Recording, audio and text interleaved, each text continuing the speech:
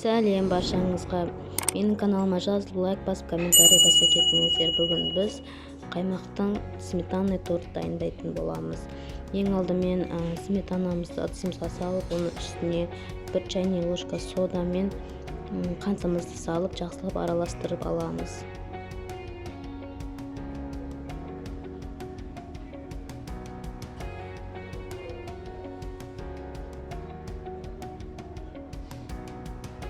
Жақсылап араластырып болғаннан кейін үстінен шым-шым тұзды салып, тағы да араластырып аламыз.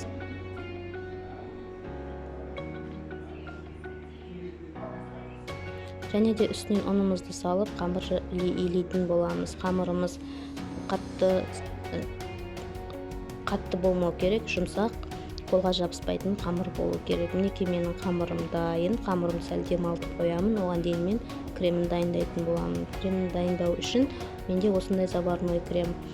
Бұл заварной кремді алып қолданып көрген болатын. Мен рецептімді көріп жүрген боларсыздар.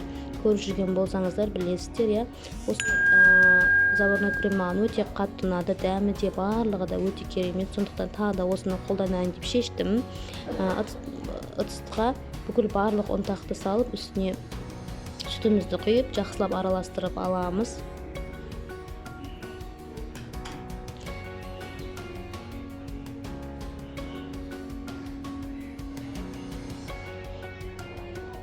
Жақсылап араластырып алғаннан кейін астын баяу отқа қойып, қайнағанша осылай араластырып, қайнатып аламыз. Қайнағаннан кейін бұл қою массаға айналады крем.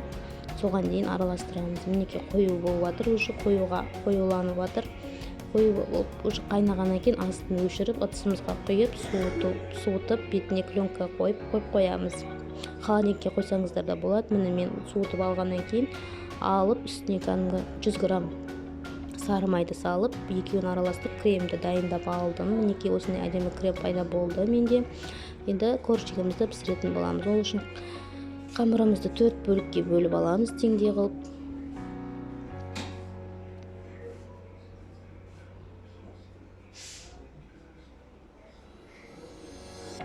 Және де әрқайсысын томалақтап осылай дайындап алғаннан кейін жеке-жеке жайып пісіре бастаймыз. Мінекей осындай қылып жайып алдым. Духовкаға салып, қызып тұрған духовкаға 180-200 градус духовкада 4-5 минут піседі. Мінекей менде осындай 4 коржик пайда болды. Өте жұмсақ және де өте тез дайын болады. Коржиктарым өте әдемі болып пісті. Менің каналыма жазылып, лайк басып, колокольчик баса кетіңіздер. Мінекей мен жинап бастап жатырмын тортымды. Ең алдымен оны жинау үшін сүт пен қантты араластырып, сироп дайындап алдым. Оны құйып, осыдан кейін кремімізді біріншісіне бірін жағып, осылай менде тортымды жинадым.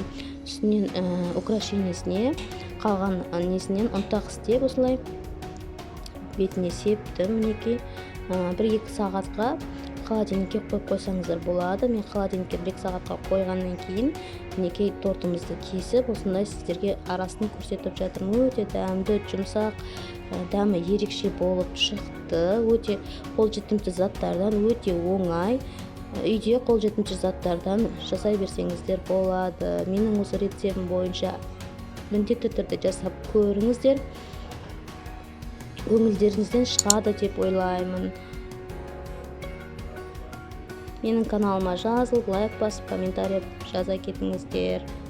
Мінекей осындай менде күшті торт болды. Ас болсын баршаңызға.